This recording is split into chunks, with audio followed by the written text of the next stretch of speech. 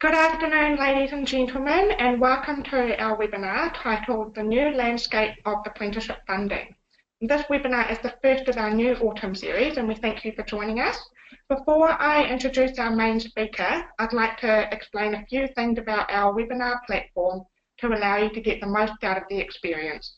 All viewers will be in listen-only mode. However, to engage with the webinar, please use the on-screen panel. So, using the tabs of the panel, you can adjust your audio settings. You can also use the question tab to engage with us throughout the webinar, and so please do send your questions through, and we'll do our best to address these at the end in the Q&A. During our webinar, we'll be running a number of polls. To record your response, please click on the on-screen voting button when asked to do so. After the webinar, we will be providing a recording, a copy of the slides, and an FAQs document. Now I'd like to hand over to our main presenter, Bryony Kingsland. Good morning, everybody. I hope you can all hear me. Right, so today's webinar is about the apprenticeship reforms, and basically it's mainly a funding update, although I am going to cover certain other aspects of the information that came out in the documents that were released last week. What I will say is that this is very much an overview webinar. We're going to be running some very much more detailed webinars on the Register of Apprenticeship Training Providers and applications to that next week. And also we are planning some very detailed workshops early in the new year to help everybody get ready for them. So this is an overview of the funding reforms, and if I just take you through to the agenda. So the agenda today, I'm going to do a very quick update and overview of the apprenticeship reforms and what's been published so far. I'm always surprised that occasionally I still go to events and I get people asking me, what is the levy and what are the apprenticeship reforms? So I'm just going to do a very quick overview. Then I'll go through the Register of Apprenticeship Training Providers and what that is and how you get onto it. We'll look at some of the subcontracting information that was released. We'll look at a little bit about the digital apprenticeship service, the procurement process to deliver to non-levy paying employers, and then finally the longest part of the session will be on the new funding arrangements and the new funding rules which were published last week. So just a very quick update on the reforms. So the government is committed to significantly increasing the number of apprenticeships that are going to be delivered, and we've got a target of 3 million starts by 2020. And they put employers at the heart of that reform, mainly because during the Richard Review, a lot of employers stated that they didn't feel that the current apprenticeship frameworks and the apprenticeship system worked as well for them as they believed it could do. So the government went out and did more consultation and basically decided to put employers at the heart of the new reforms. But to enable part of that, the government are obviously introducing the levy, which means that employers to a certain extent will be paying for the new apprenticeship reforms and the apprenticeship delivery. So the levy is going to be introduced on the 6th of April next year for any employer that has a pay bill of over 3 million, and it'll be taxed at 0.5% of the pay bill. I think it is good to make it clear that the levy is actually a tax. I think there's a certain element of employers feeling that the levy belongs to them, and I guess it does because it will be there in the digital apprenticeship service, but it is definitely a tax, so it is government money. I think it's definitely worth pointing that out. At the same time, the Department for Education and Skills Funding Agency have had to reform the funding and learning delivery arrangements to meet the needs of employers as part of this reform.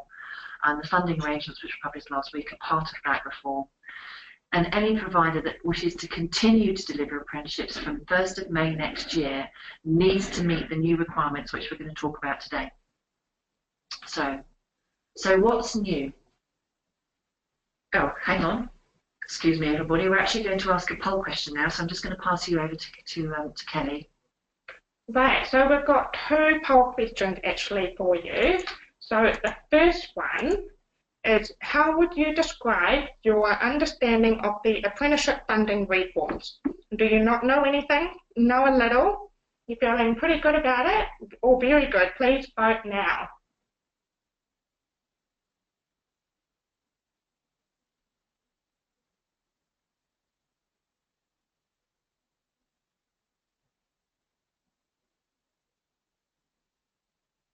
Righto, so just going to share that with everyone. So it looks like most people know a little or have a good understanding, which is good, a bit of a bell curve there, so hopefully you'll you'll learn some more throughout this webinar. So our next poll question that we've got is your organisation already delivering apprenticeship standards? Yes or no?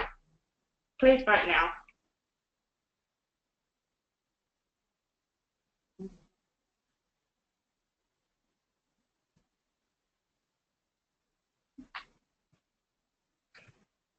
Right, so I'm just going to close that off and share that. So actually, the majority of people aren't delivering apprenticeship standards yet. So at least they're getting ready to do so. So we'll carry on.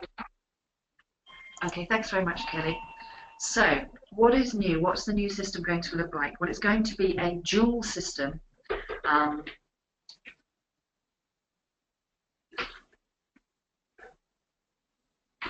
Sorry, everybody, there we go. We popped forward then when we shouldn't have done. So we're looking at a dual system in the future. There'll be the system for levy-paying employers. That's those employers that have a pay bill of more than 3 million who are going to be paying 0.5% of it as the tax. And then there will be the non-levy paying employers, which is actually about 90%, 98% of the employer population, who will have another process with providers to take forward. So from a provider point of view, and this is a very much a webinar that's aimed mostly at providers, you'll have two systems that you need to run concurrently to actually deal with whether, unless of course you're just delivering to levy-paying employers or just delivering to non-levy-paying employers. But for a levy-paying employer, the levy is all paid out of the Digital Apprenticeship Service, which is an online account which employers have, and they will show what levy they've got to spend. And we'll go into a bit more detail about that later. But the levy, 100% of their levy is paid out of that Digital Apprenticeship Service to the provider. What the provider and the employer do is they agree a price, and then monthly deductions from the levy account of the employer are paid to the provider across the lifespan of that apprenticeship, whether the apprenticeship is 12 months or 18 months, with 20% of that funding held back to the very end to cover the end assessment, the cost of end assessment. And then if the employer runs out of levy funds, they can co-invest with the government at the 90 to 10% ratio that a non-levy paying employer will be investing at to top up their levy funds so they can actually deliver more apprenticeships if they'd like to. Non-levy paying employers will use their own funds, and there'll be a 90-10% ratio with the government contributing 90% of the costs of the apprenticeship and the employer contributing 10%. The employer and the provider agree a price for the cost of that apprenticeship standard, that apprenticeship framework, and they also agree a payment schedule. And that payment schedule will show when the employer is going to make their contributory payments and when the government will also make their contributory payments. Just to be clear, once on the non-levy paying employer process, the only time that a provider actually gets funds is when the employer has made a contribution. So providers have to show in their ILR when employers are making contributions. They have to have evidential proof of that. And once you have that evidential proof, you can then put into your ILR how much the employer has paid you, and you will receive a 90% portion of that directly from the government. To get that money, you have to invoice the employer for their contribution, and they have to pay you either by backs or by another process that you put in place with those employers. And that's on a co-investment arrangement with the government of a 9-to-1 ratio, with the government paying 90% and the non-levy paying employer contributing 10%. So it's a new dual system with dual processes that employers and providers will need to put in place. So what are the new requirements?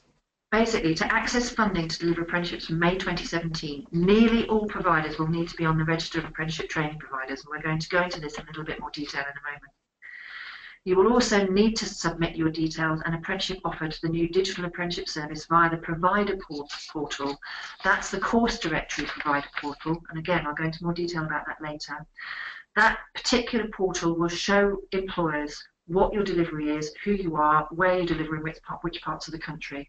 So to actually sell your service, it's important to make sure that your details are on that, on the Digital Apprenticeship Service via the provider portal, the course directory portal. If you wish to deliver apprenticeships to non-levy paying employers, you will need as a provider to respond to the current Skills Funding Agency invitation to tender procurement that's taking place. You can find that on Contracts Finder, and we've actually got a link to that later on in the presentation. You'll also probably need to develop new internal processes to meet the new funding arrangements. One of the things I'm going to cover in the workshops that we're going to do between January and March next year is a lot more about that process for actually setting up an apprenticeship to meet the new funding arrangements and to meet the new arrangements for having a written payment schedule in place and a written contract with non-levy paying employers. So that's very much an overview of the new requirements. Now Kelly's going to ask another poll question. Right, so our third poll question is, we would like to ask you, what percentage of your apprenticeship provision will be with levy-paying employers? Is it between 0 and 20%, 21 to 40, 41 to 60, 61 to 80, or 81 to 100? Please vote now.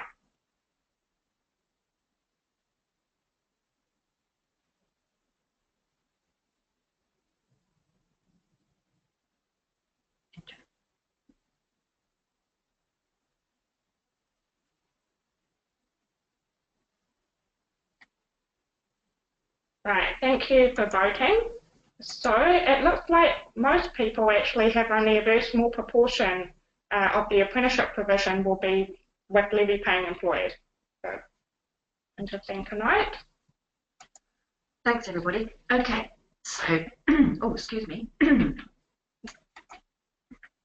So the Register of Apprenticeship Training Providers. Okay, so this is now open for the first applications for entering the new register.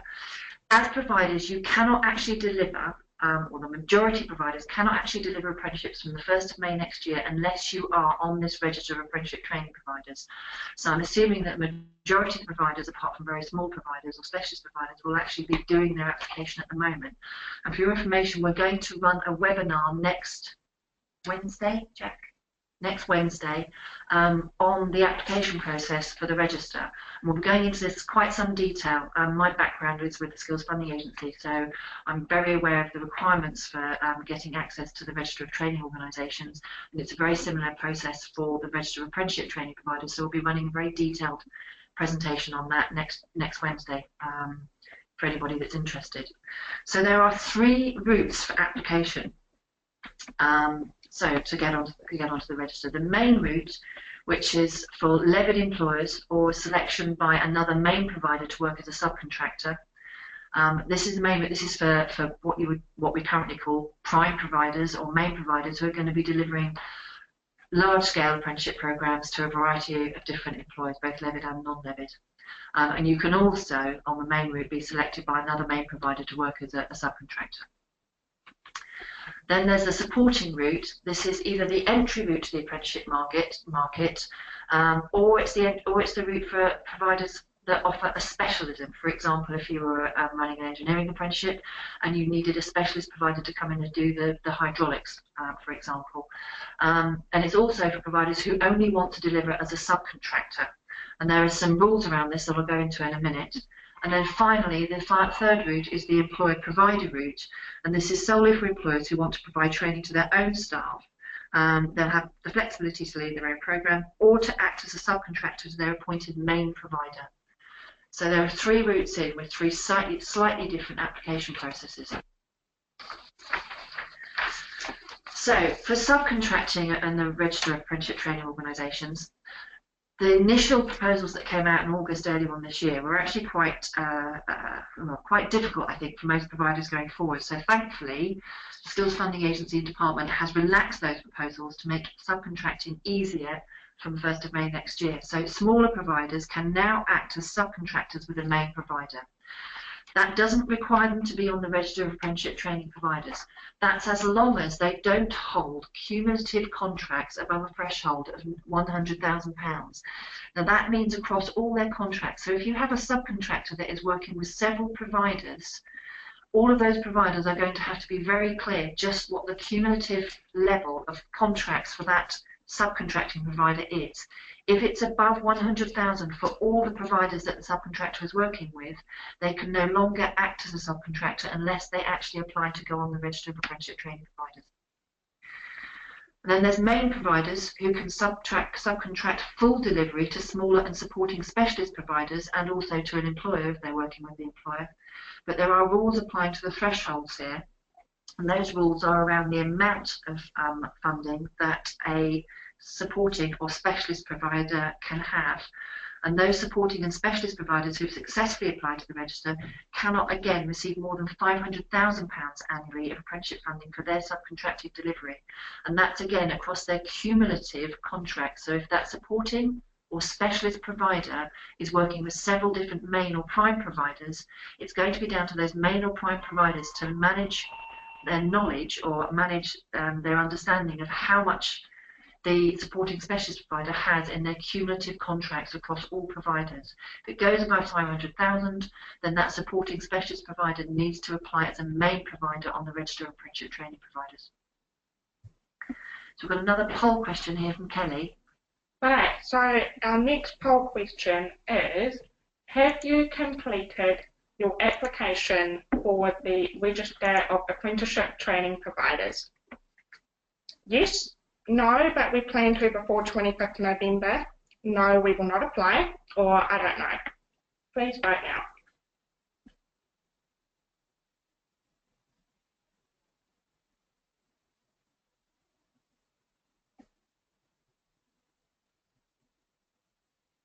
Right, so it looks like the majority of people actually haven't completed the application yet, but are definitely going to apply before the deadline on 25th of November.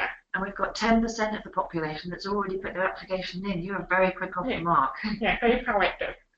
Okay, so here's that. Okay, thanks, Kelly. So, subcontracting. So a main provider can subcontract the following. They can subcontract to a small provider with cumulative contracts of less than 100k. They can subcontract provision to any specialist and supporting provider on the register of apprenticeship training providers up to a cumulative threshold of 500k a year. And they can also subcontract to the apprentice's main employer or a connected company, and that's defined by Her Majesty's Revenue Service. So HMRC would need to flag that it's definitely a connected company, who are also on the register of apprenticeship training providers. So those are the subcontractors that a main provider can have. You can now, once upon a time in August, when the initial proposals were published, the government did say that you could not subcontract full delivery. They are no longer saying that. As a main provider, you can subcontract full delivery of apprenticeships, but it has to be within those financial thresholds that we've just flagged there. And there are some rules on the subcontracting. So first of all, funding for each apprenticeship will be routed through a single provider. I'm assuming that's going to be the main provider, or obviously it could be the employer provider. Main providers can subcontract to complement their own delivery if the employer requests this. So part of this subcontracting ruling going forward is that you must have an agreement with the employer that subcontracting is acceptable to that employer. So that has to be in your written agreement with the employer, in the contract with the employer. The main provider must have a written agreement with employers, as I've just said there, including the amount of funding retained for direct delivery, the management fees of the main provider for the subcontracting, and also how much each subcontractor will receive. So you must ensure that your written agreement or your contract with the employer contains all of that information. And for anyone who hasn't actually read the funding rules yet, there are very extensive due diligence and monitoring requirements to be met as part of those funding rules for any provider considering subcontracting. So I would say, if you haven't read the funding rules yet and you are considering subcontracting, please do read those due diligence requirements because they are quite extensive, particularly if you haven't subcontracted before. And the SFA, the Skills Funding Agency, will monitor those as part of their contracting requirement. So, digital apprenticeship service, let me just check. We have a poll question from Kelly. Right, so our next poll question that we would like to ask is, how ready is your organisation to implement the increased due diligence requirement for this aspect of the reforms? Are you ready now? Currently working towards it, haven't started yet, or we will not subcontract? Please vote now.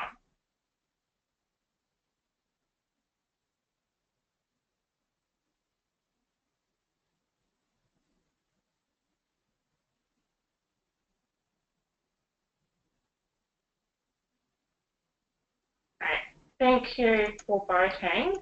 So it looks like here we've actually got a general mix across the board. So 40% currently working towards those due diligence requirements, 33% haven't started, so a third, 20% saying we will not subcontract, and a few of you are saying you're ready now, which is great.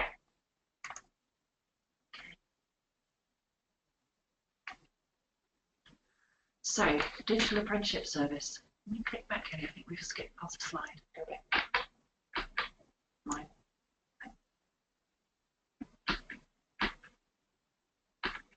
Right. Sorry, everybody. I'm having a few technology problems today.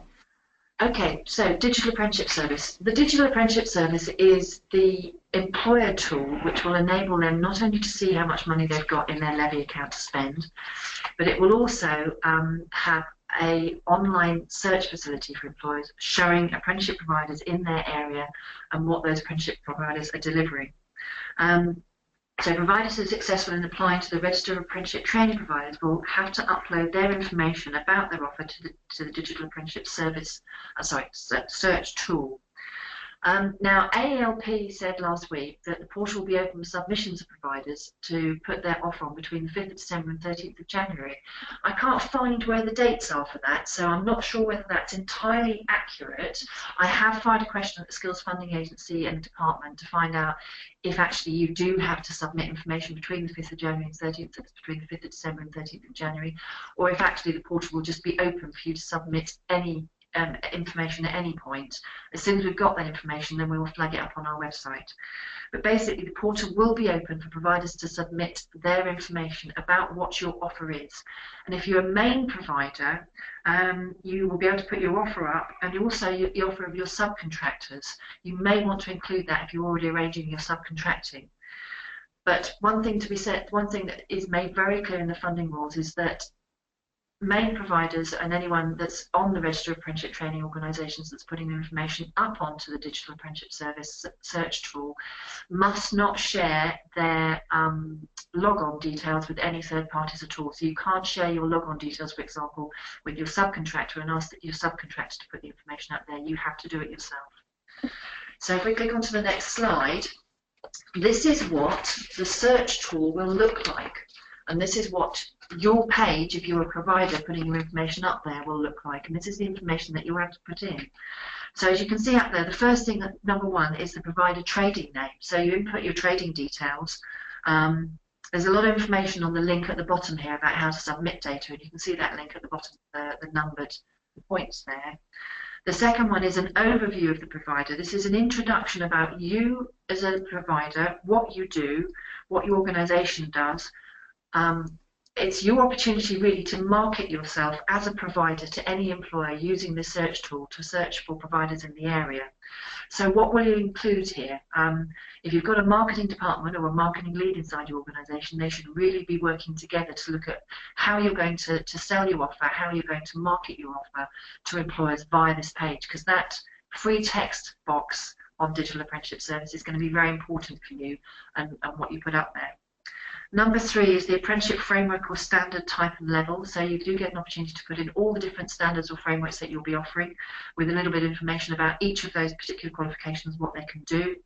Then there's number four is the contact information and the website details that you may have. Number five is delivery locations and also modes available. So this would be what mode you would actually deliver in, whether it's off the job, on the job, whether it's classroom based, whether it's on employer premises. It's the delivery modes you have available as a provider to deliver, and also the locations you can deliver in. Number six is the brief description of how you deliver the apprenticeship, what you will do, and then obviously 7 is performance data. This is not information which is put in from you. This is actually put in automatically by the Skills Funding Agency. The information they put in comes from EPI choices, from your ILR achievement data, so do make sure your ILRs are up to date, and any Ofsted information, and it's populated automatically. And that link there at the bottom, as I said again, is it's the document that will support you in how to submit your data. So that's the digital apprenticeship training tool and the search facility that's open to employers to find your details and find providers in their area that can deliver. So moving on to delivery to non-levy paying employers. Skills Funding Agency is running a procurement exercise for this at the moment. The link at the bottom, Contracts Finder, is where you can actually find that invitation to tender. It's open until the 25th of November and closes at 5 p.m. And if you want to deliver to non-levy paying employers, you must have applied to join the register of apprenticeship training organisations beforehand. So you can't actually apply for the ITT and put your ITT in unless you're actually on the register first. So you need to do both of those pieces of work concurrently.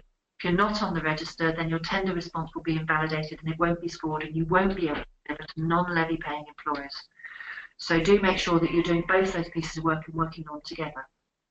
The links to Contract Finder there at the bottom.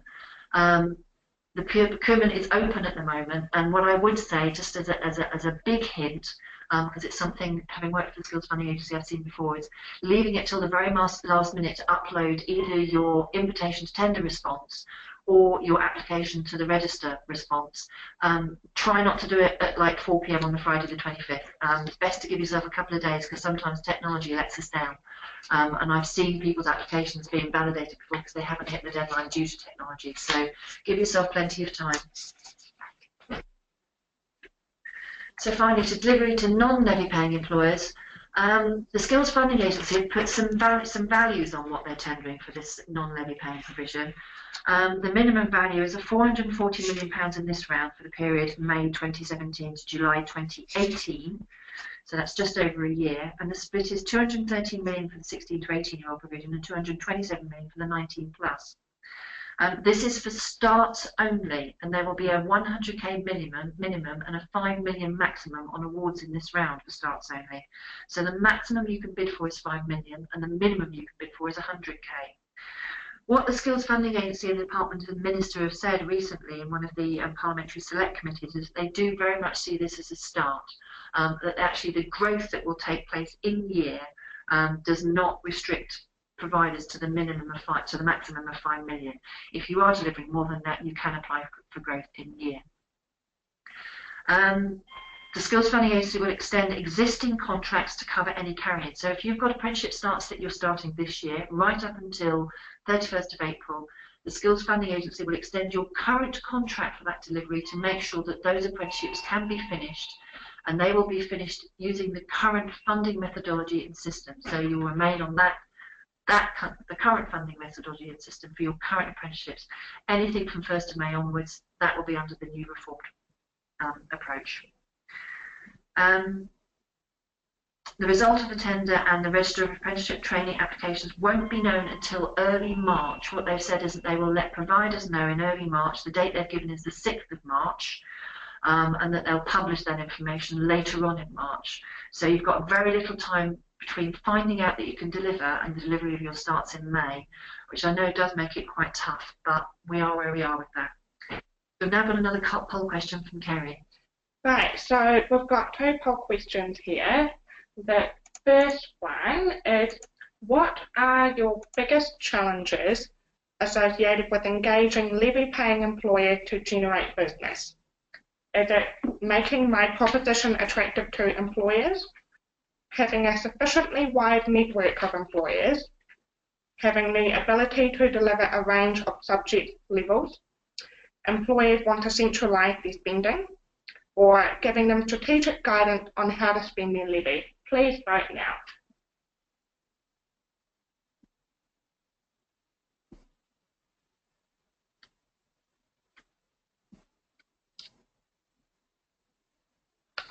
That very much looks like it's a little bit of everything.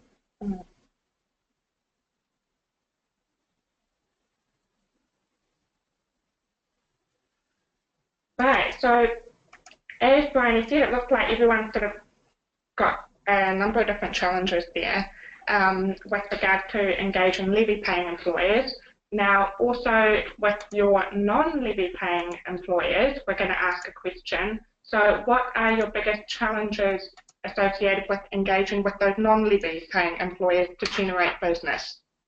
Is it making my proposition attractive to employers, similar to the last question, having a sufficiently wide network, having the ability to deliver a range of subjects and levels, or managing the new funding as employers will need to contribute? Please vote now.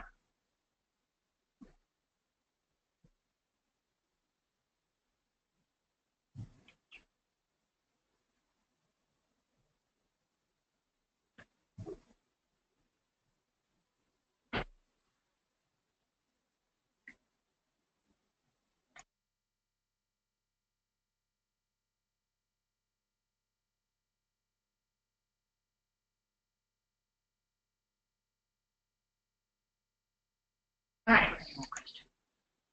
So what have we got here? 70% of you have said that managing the new funding as employers will need to contribute is your biggest challenge with engaging with non-levy employers.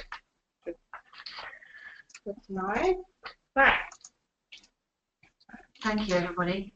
No, it's a very interesting poll. It's interesting to see that your challenges across levy-paying employers are a very mixed bag. So there's a lot of things challenging everybody with the levy-paying employers, but with the non-levy-paying employers, most of you are challenged by the funding. So we'll have to see what we can do to support providers with that piece of work. Okay, so the next bit is on to funding arrangements. Now, there's no more poll questions after this, everybody, until the very end. So I'm going to whiz through this, and we will take some questions at the end, because I know this is the most challenging aspect of what we've got to do going forward. So, funding beyond April 2017.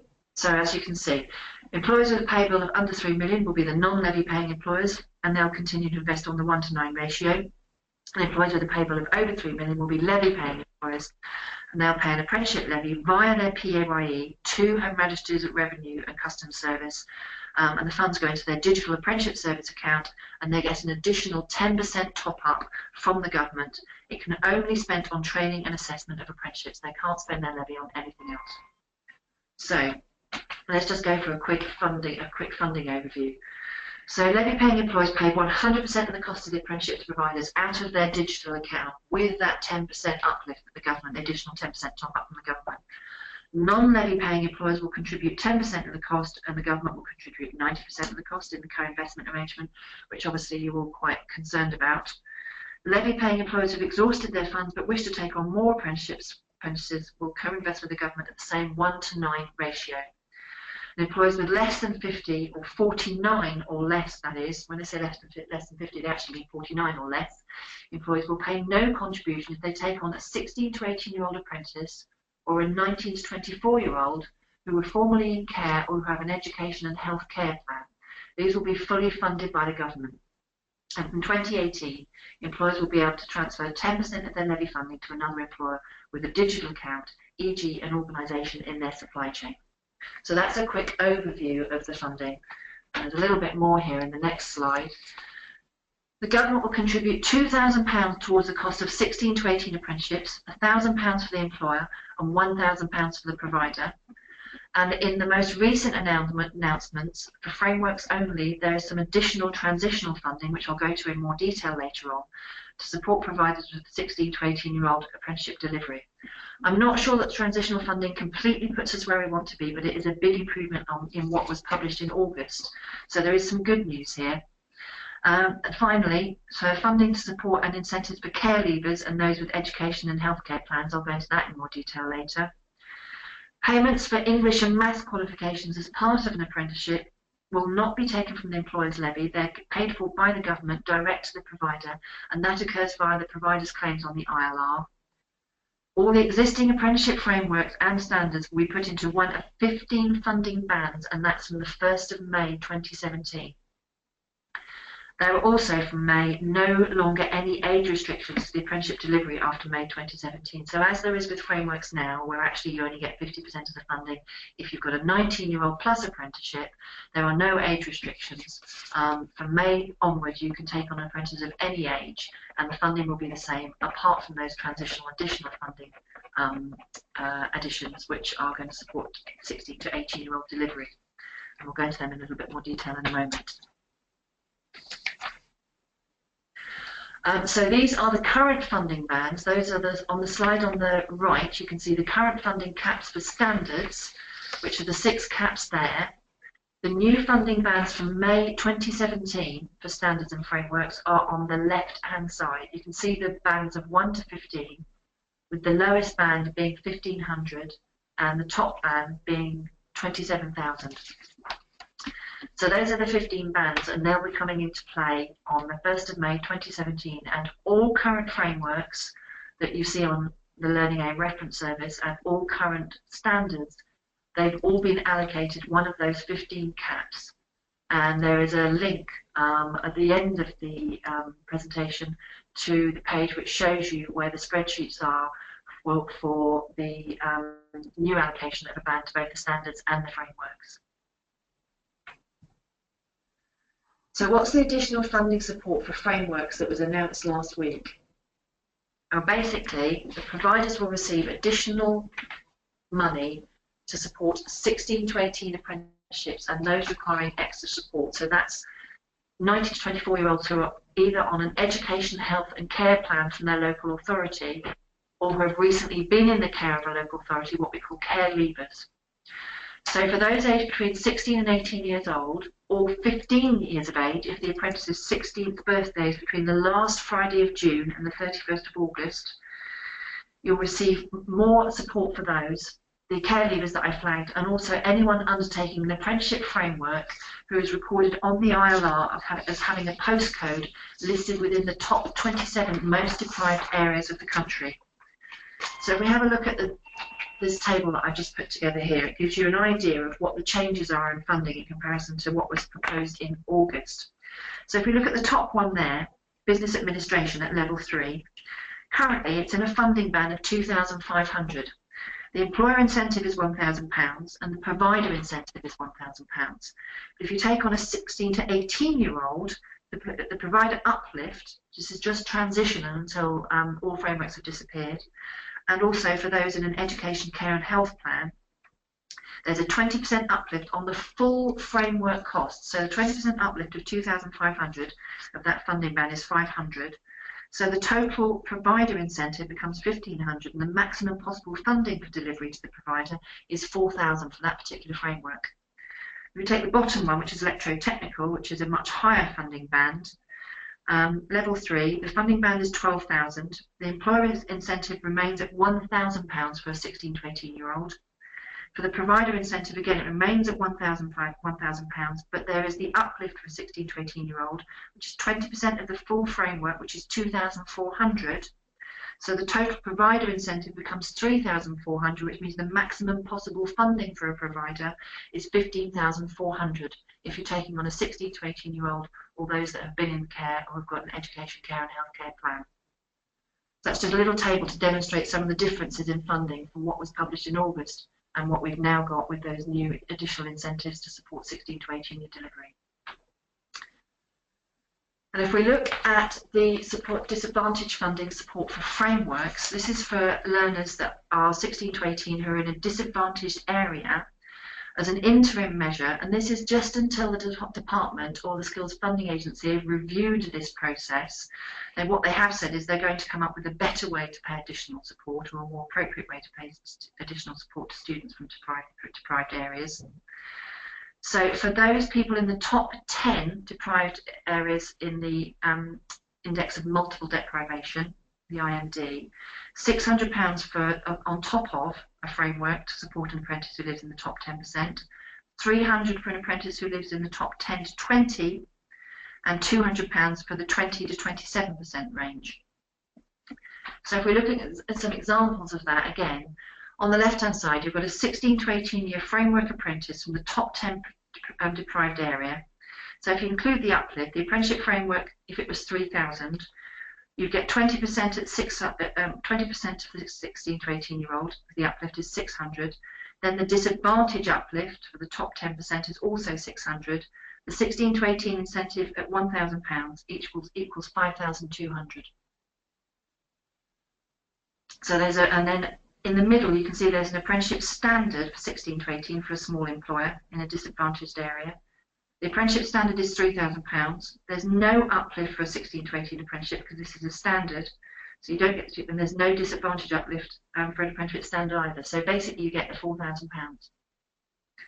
And an example of a framework plus the disadvantage support is on the right-hand side, which is the framework plus the disadvantage uplift for someone who's in the top 10 to 20% of the index of multiple deprivation.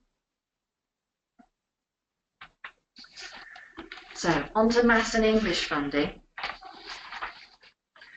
Funding for apprentices who have not previously attained a GCSE in English A*C, and it will support GCSE English language or maths, and that's English language, not English literature, and functional skills English or maths. And for each of those qualifications, there's £471 per qualification direct to the provider, not out the levy, claimed from the IRR.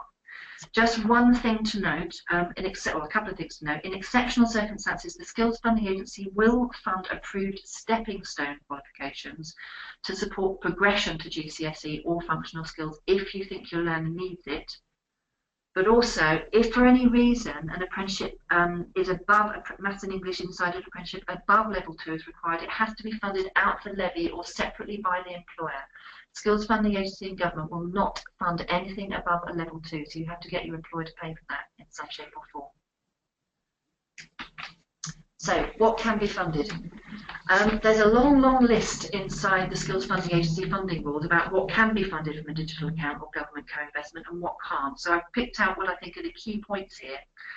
So what can be funded is on and off the job training, the on-programme assessment and formal endpoint assessment, e-learning as part of blended learning, the registration materials, examination and certification related to an apprenticeship, the reset of qualifications or non-accredited elements as long as additional learning has taken place.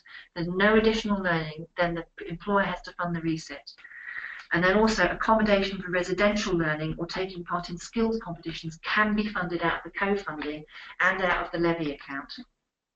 What can't be funded is enrolment, induction, prior assessment and initial diagnostic, any accommodation if the apprentice is away due to the requirements of the job. The travel costs for apprenticeships under any circumstances cannot be funded. The employer has to fund them. Capital purchases, apprenticeship wages, educational trips or trips to professional events that are not specified in the apprenticeship standard or framework. Resits where no additional learning has taken place. Training and assessment, exams, tests or certification for licenses to practice cannot be funded out of the levy or co-investment. And any time spent by employees or managers mentoring the apprentice, unless it's by an employer provider. So if you're a main provider working with the employer cannot spend any of their levy on employers or managers who mentor and support that apprentice. That's not allowed. So endpoint assessments and the costs and rules. EPA, endpoint assessment, they're included in the funding band for each apprenticeship. So when you negotiate with your employer, whether they're levy paying or non-levy paying, you must make sure whatever you actually agree with that employer includes the cost of end assessment. And providers must ensure that the prices negotiated with the employer include that, and also the external quality assessment. If there's any organisations that are needed to be brought in to actually do EQA, external quality assessment of the end assessment, the cost of that also needs to be included in the final written agreement with the employer. So end assessment payments will follow one of the following options. For the levy paying employer, it comes out the levy payment to the provider from the digital apprenticeship service, and 20% is held back to the end to pay for end assessment, and you get that 20% regardless of whether the apprentice actually achieves the endpoint assessment and passes it or not. It's literally to pay for the end assessment organisation, so you do get that money regardless of whether the apprentice passes. Or it will form part of the written agreement and the payment contract between the provider and the non-levy paying employer, and that needs to be negotiated as part of your written agreement.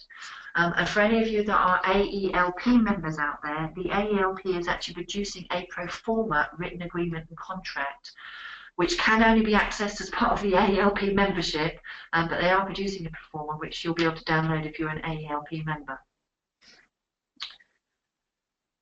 So, Skills Funding Agency and levy payments to providers. So levy payments from the Digital Apprenticeship Service and government co-investments. I said they'll hold back 20%. You have to ensure you've got sufficient information showing in your financial system to visibly evidence employer co-investment, and that's payment, not just invoices. So you must be able to show both. If you don't have that, the Skills Funding Agency will not pay you the 10% upfront levy, the 10% contribution from non-levy paying employers. So you must show that co-investment information and have evidence for it, and keep it for any Skills Funding Agency audits at later dates. The other thing to pay attention to is apprentices must be on programme for a minimum of 42 days before they qualify for funding. So you can't actually claim funding from DAS or from the Skills Funding Agency or ILR for co-investment until your apprentice has been on programme for a minimum of 42 days. And finally, VAT is chargeable to employers on co-investment, but we would suggest that you take advice from the HMRC on this before you go ahead. And getting towards the end now, there's a timeline for some of the actions just for everybody to be aware of. So first of all, November 5 p.m. 25th of November. I'm sure it's actually entrenched in everybody's brains and fire stamped in there. Your application to the Register of Apprenticeship Training Providers must be in by 5 p.m. and your response to the ITT for supply or provision for non-levy paying employers, if you're intending to do that, must be in. So literally, you've got to get both of those in at the same time. If one doesn't go in, then it almost cancels out the other. In December 2016, HMRC published guidance for levy-paying employers, and also, according to ALP, you can input course data into the provider portal. In January, employers can register on the Digital Apprenticeship Service. In February so far, we've got a bit of a hiatus, but in March, the outcome of the non-levy ITT will be published and the first successful round of applications to the register will be published. In April, the Skills Funding Agency will open the register for a second round of applications for those that didn't get through the first time, and also for anybody who didn't apply the first time, and employers start paying the levy. And in May, the first apprenticeship delivery can start on the new arrangements. So there's some links to the relevant documents, the funding rules, the funding band sheets, the Register of Apprenticeship Training Providers support page, the contracts finder page, and apprenticeship funding from May 27, the policy paper that the Skills Funding Agency Department released last week. We'll be offering a lot more support over the coming months in the form of webinars, employer support webinars. We've got an employer support webinar specifically aimed at employers coming up later on in November. We'll be doing some advanced support CPD workshops from January through to March. There'll be a lot of detailed information in those workshops on both the funding, the detailed information about funding, detailed information about how to set up your initial written agreement and process for registering your first apprentices on the new arrangements, support for successful Register of Apprenticeship Training Provider applications, we can offer that as well, support for apprenticeship setup, and also regularly updated guidance on our apprenticeship pages. Please do go onto that link at the bottom if you want our email updates on everything we're doing. If you go into our preference centre and put apprenticeships as part of your preferences, you will receive regular update by email on webinars that are taking place, workshops that are taking place, and any new information we put up on our apprenticeship pages and website.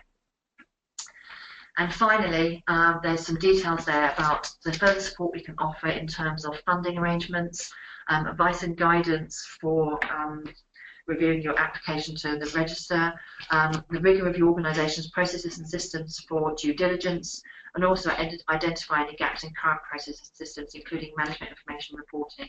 And we've got contact details at the bottom there that you can email Nicole Butler and let her know if you've got any needs or requirements on those fronts. And that's pretty much it, ladies and gentlemen. I hope that was helpful. We've now got the floor is open for questions, and we'll try and answer as many questions as possible. Anything we can't answer today, we will make sure that we get answers and put it in our Q&A document, which we'll circulate later on. So anybody has any questions they'd like to ask? We do. Oh, Kerry's looking at me with wide eyes, which means we've got a lot of questions. We do. Okay. So there are quite a few questions, and we'll try to get through as many as possible, but if not, then there will be an FAQ document coming in which we will have all the questions in there and the answers. So first one from David Hall would like to know just a bit of clarity around the co-funding for non-levy paying employers. When exactly does this come into place? Co-funding for levy-paying employers comes into place on the 1st of May, so exactly the same. All the new arrangements set off on the 1st of May. So from 1st of May, if you want to deliver to non-levy paying employers, first of all, you have to respond to the ITT, which is up now, contracts finder that I flagged earlier. You have to win a contract with the Skills Funding Agency, who will issue you with a contract, I'm presuming sometime in April, for you to deliver to non-levy paying employers, and the co-funding starts then. And within the funding rules, there is an explanation in more detail of the arrangements, but also the workshops I'm going to be running from January to March. We're going to go through that process and how it works and the information that you should have in your written agreement and contract. We're going to go through that in those workshops that we run in January to February, January to March. So if you need any assistance with that, watch out with those workshops and get yourself booked onto one, because we will go through it in a lot of detail, and you'll be able to ask a lot more detailed questions to get answers to during those workshops. So just to confirm, is that May 2017 or 2018? May 2017. 2017. Okay, great. So next question is from Dan. He'd like to know, will 20% also be held back by the SFA for non-levy funding? Yes, I think it will, from what I'm hearing. Yes, it will. And it should be in your written agreement anyway. So they will hold back 20% of their 90% contribution.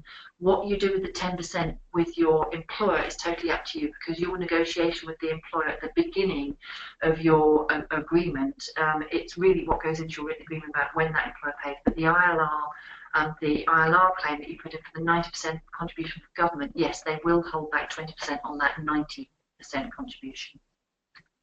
Okay, thank you. And now, is it correct, this is a question from Hazel, is it correct that apprentices cannot be employed solely to deliver an apprenticeship? There must be a genuine job available after they have completed their apprenticeship. Yes, that is there in the funding rules and in the policy documents. However, there's also the bit in there about ATAs, which is apprenticeship training agencies, and there are some different arrangements for apprenticeship training agencies, because obviously in an apprenticeship training agency, it's the ATA that employs the apprentice and contracts them out to various employers to enable them to finish their apprenticeship. But yes, the policy documents do state there must be a genuine job, and what they don't want to see is employers taking on lots of staff for apprenticeships for a period of time and then finishing that apprenticeship and letting them go and taking on the new tranche. I think if the government sees that occurring in the future, they'll find some way to put a stop to it.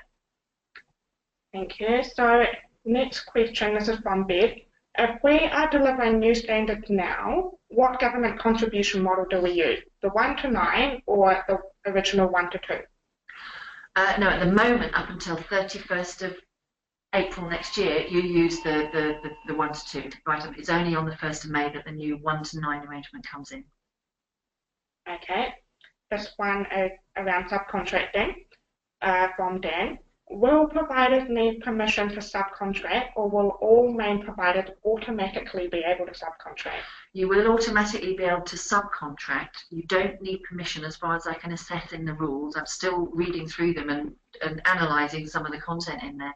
But no, if you apply to the Register of Apprenticeship Training Providers as a main provider, I believe you can automatically subcontract.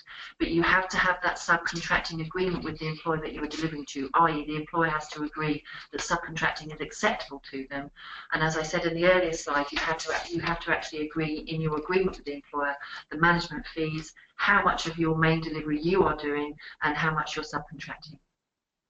Okay, this question is from Tony. The DARS search tool seems to have the same information that we've just put into the course directory. Will we therefore have to do this both times? No, if you've already got information in there, I believe from what the Skills Funding Agency has said is that that information will remain.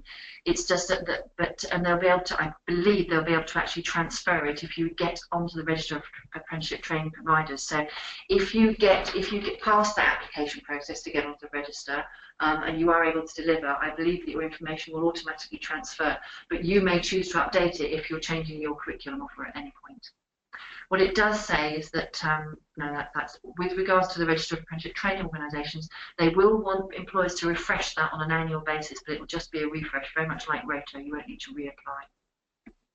Okay, I've got another question around subcontracting from John. We only subcontract currently, however, are intending to apply for the main contract, or the main provider route, I assume. Will the performance data that is automatically populated feed through from our main primes, ILRs, etc.? Will the information that, sorry, can you say that again? Will the performance data that is automatically populated feed through from our main primes? If you're intending to become a main provider and put yourself onto the Digital Apprenticeship Service search tool, no, I don't believe it will. You will have to, what the Skills Funding Agency will do is put what data they have on there on you. If they don't have any data on you on there because you're currently a subcontracting organisation and have none of your own data, I shouldn't think there's any data to be included, but I'm not 100% sure about that, to be absolutely honest, John. So what we'll do is we'll ask that question and find out if the Skills Funding Agency is going to take prime in information that a prime may have about a current subcontractor that's going to become a main and include that on the search facility. We'll ask and put that in our Q&A. Good question. Right, so next one is, if you have been successful as a main provider on the Register of Apprenticeship Training Providers, but decided not to tender for a non-levy contract, how will you be able to fund your £471 functional skills delivery? You would still just draw that down via your ILR. So if you're only delivering to a levy-paying employer, you're not delivering to any non-levy paying employers, or you're just delivering to large employers, you'll still draw down the £471 via your ILR return to the skills funding agency. That money doesn't come out of the levy, it doesn't come from the employer, it comes directly from the skills funding agency. Okay, here's a good one. Are City and Guilds carrying out endpoint assessment? Yes, we will be carrying out endpoint assessment. However, and I'm sure that a lot of you have heard that there are some issues around endpoint assessment at the moment. We are doing a lot of work to scope out where we will do, what sort of endpoint assessment we will do, for what areas and what sectors.